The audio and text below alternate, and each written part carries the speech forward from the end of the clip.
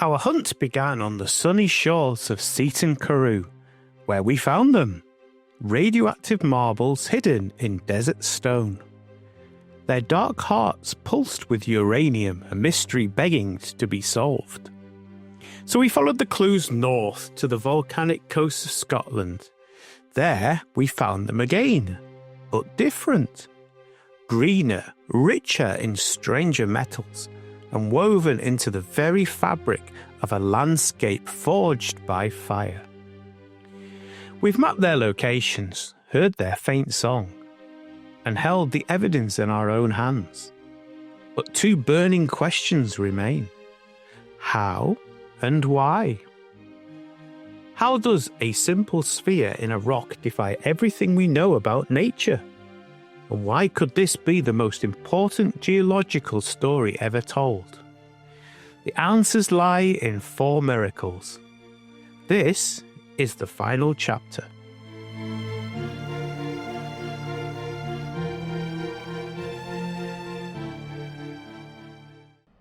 So I'm going to tell you 4 amazing things about these spheroids, and the fact that they are radioactive is not one of them. Ready for the ride?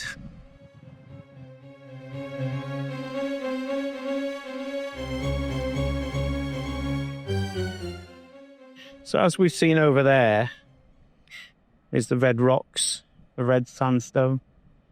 And 200 million years ago, before Glowosaurus was even doing a thing, these rocks have been formed. But where do those spheroids come from? Because sandstone is made of an iron oxide, and iron is red, yes? So why are the spheroids white? Well, it comes to something absolutely amazing. So your first thought with all of these things is, was it, magma? Was it rocks crashing together? Was it some sort of crystallization? Was it something that, it's just one of those things that happen? Well, actually, it's quite amazing. Life formed those spheroids. And why would life form spheroids in sandstone? Well, let's go and explain why with the help of our wonderful sandy beach.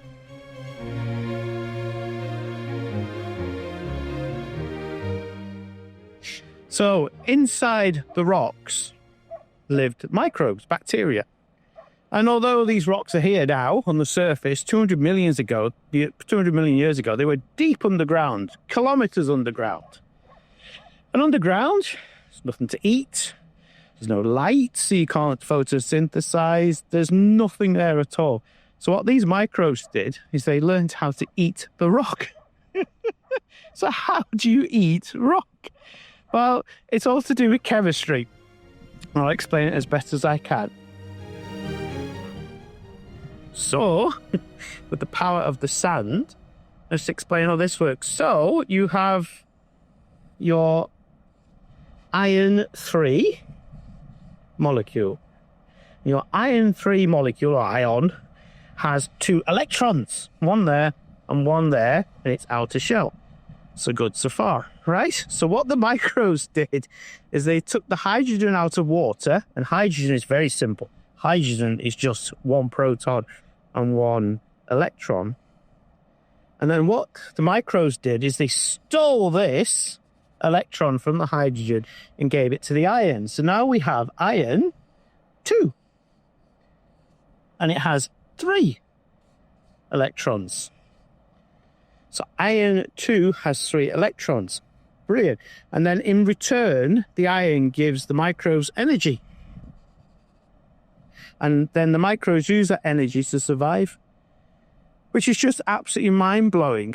And there's a few different examples of this with chemistry. So hydrothermal vents deep in the ocean do something similar with sulfur. It's the same idea. They're eating an element rather than using light or other, just like what we would do with food. So the amazing thing with that is that iron 3 is red. Iron 2 is that greeny white colour that we saw before. So that's where you get the reduction from. That's where you have your sort of your iron that's been converted from one form to another. It's called reducing, and that's where you get these white globs. Thank you, Sand.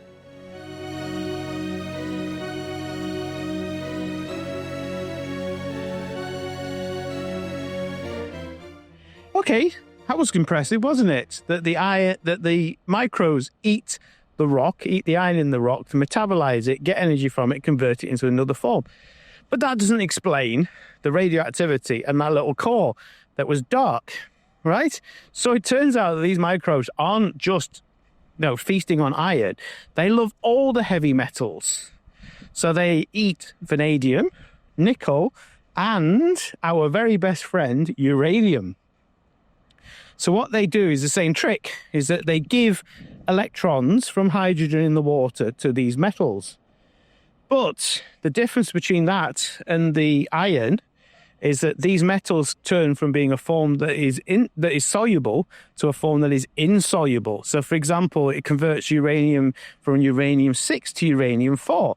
And if you remember way back to my last Sandy Hills video, I told you the story about insoluble uranium.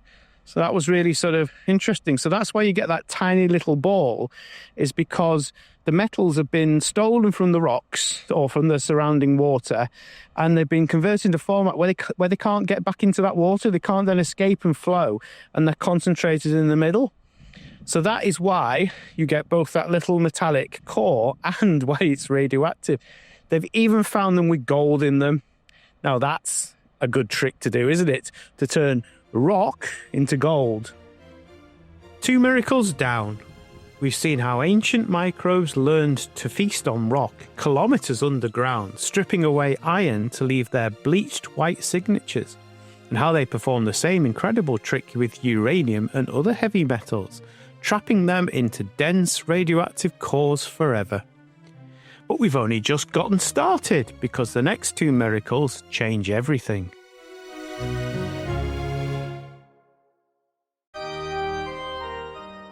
Lurking in the shadows of our Seaton Carew adventure was this Hartlepool Nuclear Power Station, a silent, blocky giant supplying power to millions.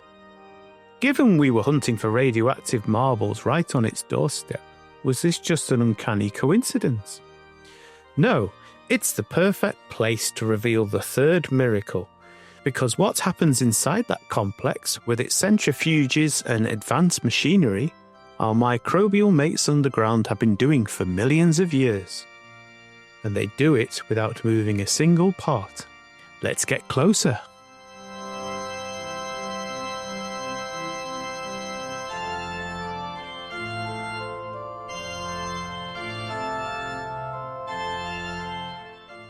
So for our 3rd miracle, I've now come just outside of Hartlepool Nuclear Power Station. And this you can actually see from the beach at Seaton Carew, and it casts a sort of shadow. It's only about half a mile away. And I've come here because this power station, like most power stations, uses uranium to produce energy. And it powers about 1 million homes, and it's fantastic and wonderful. It's an AGR, an advanced gas-cooled reactor. Brilliant, okay. But it needs special fuel, because not many reactors can take the uranium out of the ground and do stuff with it, because there are 2 main types of uranium. One is better than the other for nuclear power. So what they have to do is lots of expensive sort of chemical processes to enrich the uranium, and it costs a fortune and so on and so on. It's dangerous, and you use fluorine gas, That's always a good thing. So yeah, so it does that. So, and there's all this massive industry. So whilst they can get the uranium out of the ground, that's only one part of the picture.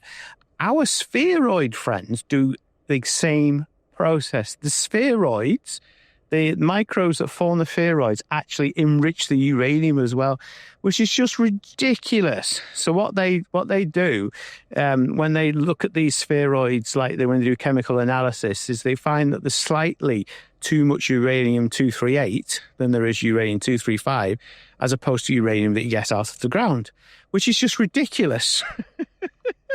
So you've got these dudes here who pay millions of pounds to enrich uranium, and these little ancient microbe things are doing it for free. blowing. The only slight problem, and there's always a sting in the tail, is that the enrichment process is the wrong way. So we want 235. Them dudes over there, they want lots of 235. And the nuclear bomb makers and everything else, they don't want the 238, they want the 235. But the micros that form the spheroids, they do the 238. They enrich the 238 rather than the 235. And the reason for that is because of weight. So uranium-238 is ever so slightly heavier than uranium-235. In fact, that's how they enrich it here, because they spin it in a centrifuge and heavier stuff at the bottom, light at the top. It's just normal physics. But what happens with the spheroids is that after they've done their thing, the heavier uranium-238 sticks around, whereas the lighter 235 tends to float away in the fluids or whatever the medium is that's used there. It's only very subtle. It's only a tiny fraction, like a percentage point. But it's amazing that not only do they eat the rocks, not only do they concentrate things like radioactive materials, uranium, gold, vanadium, all that sort of stuff, but they also enrich uranium. We haven't quite finished, though. We've got one more trick up our sleeve. Not only do these clever microbes survive off the rock, they perform nuclear alchemy, a process we find expensive, dangerous, and incredibly complex. And here's how we know. We measure the subtle difference in uranium isotopes. This value, delta U238, tells a definitive story. No matter where we look in the world, Hartlepool, Scotland, North America, the pattern is locked in. The core is always enriched in the heavier uranium-238. That signature is the unbreakable proof of biological fractionation, the third miracle.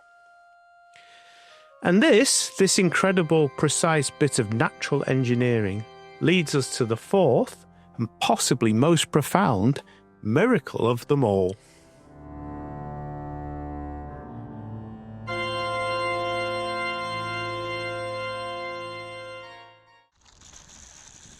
For the fourth miracle, it's back to the beach at Seaton Carew, and our very special helper, Oppie Jr.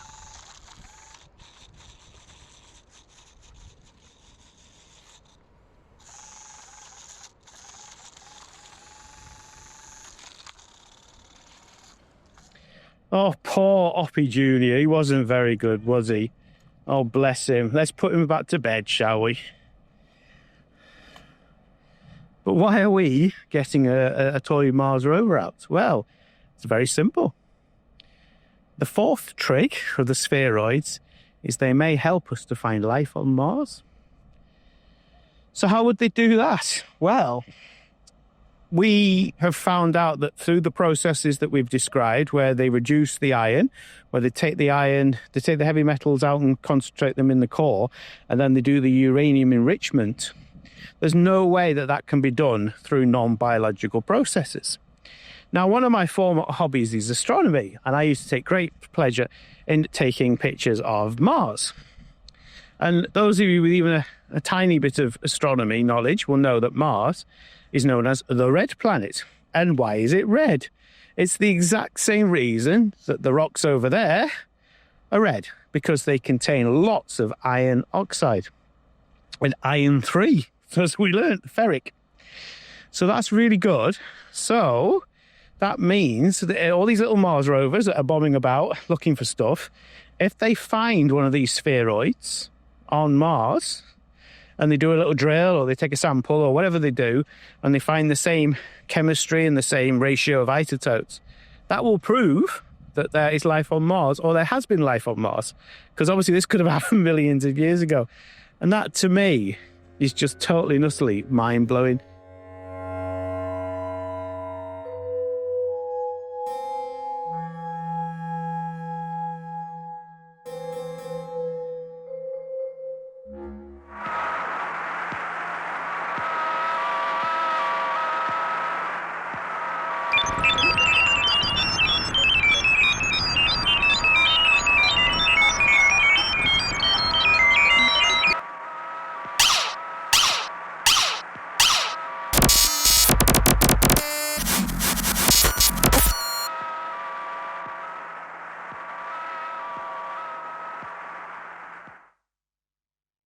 that we can go from a beach in Hartlepool to these really cool spheroid things, to radioactivity, to nuclear enrichment, to possible signs of life on another planet. And that is where this hobby takes me, because what started as a completely random reference on Mindat to an island in Scotland, I started to research it and then found out all about these spheroids. Now, here's the twist. These spheroids are quite common. They are in at least 6 places in the United Kingdom, and I would imagine they're further afield as well. So there are beaches in Scotland and in the north of England where you can find these spheroids, well, not just beaches. There's a couple of inland places as well. So these are quite common. So as a thing, it's just an amazing thing to sort of go from like just waving a Geiger count at something and going, "Oh, that was hot," to actually this whole thing to do with biology, chemistry, astrophysics, astrobiology. It's just amazing. So anyway, thank you very much for joining us today, and I hope you enjoyed the video. You'll never look at Mars the same way again.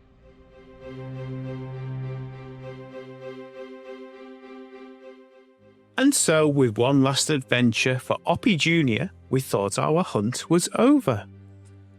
Packed up and heading for home. Or so we thought. After the first couple of videos, I started talking with a wonderfully generous scientist, Alison. And we quickly discovered she is the absolute guru of these little globs. She'd written not 1, but 2 academic papers on her spheroids, found on the Jurassic coast of southwest England. We'd seen the data, so we thought we knew the story inside out. Boy, we were wrong. You remember how the ones in Hartlepool were different from North Berwick? You ain't seen nothing yet. The first few images were classic, exactly what we'd come to expect. But then things got weird. Alison had found bizarre, distorted spheroids, shapes we'd never seen before. Pancakes, pimples, spotted dick. But the pièce de résistance was this, a spheroid caught in the act, frozen in time. Their journey was suddenly cut short by a geological cataclysm hundreds of millions of years ago. This isn't just a rock, it's a fossilized event. The radioactive rock hound's equivalent of finding a dinosaur egg moments from hatching.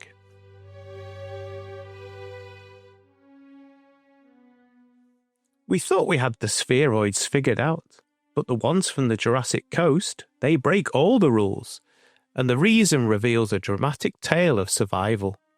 The story of the microbes changes completely depending on their address. Let's start with Bundley Salterton. Here, the microbes were survivors in a tough neighbourhood. Their home was a mud flat that constantly dried out and flooded again. They had to work fast, forming these spheroids quickly in the soft mud, often quite close to the surface. It was a hectic, ever-changing world. Now compare that to Hartlepool in North Berwick. Here, the microbes were deep underground settlers. Their sandstone and volcanic rock homes had been buried and quiet for millions of years. They formed these spheres deep down, under immense pressure and heat, taking their time in a stable, deep, dark world. 2 completely different stories of life, locked in stone. Alison's final gift, a name for our little miracle workers. Shewanella aniadensis. Let's call her Sheila. And science is only just discovering her potential. This metal-loving bug could be the key to everything from nanotechnology and biobatteries to cleaning up radioactive spills. These tiny life forms that make our Geiger counters sing might one day help us heal polluted worlds. Alison's papers are packed with more on our favourite nuclear marbles. The link is in the description. And for a uranium hunter like me, they're full of clues for the next adventure. Coming soon to future Uranium Hunter videos.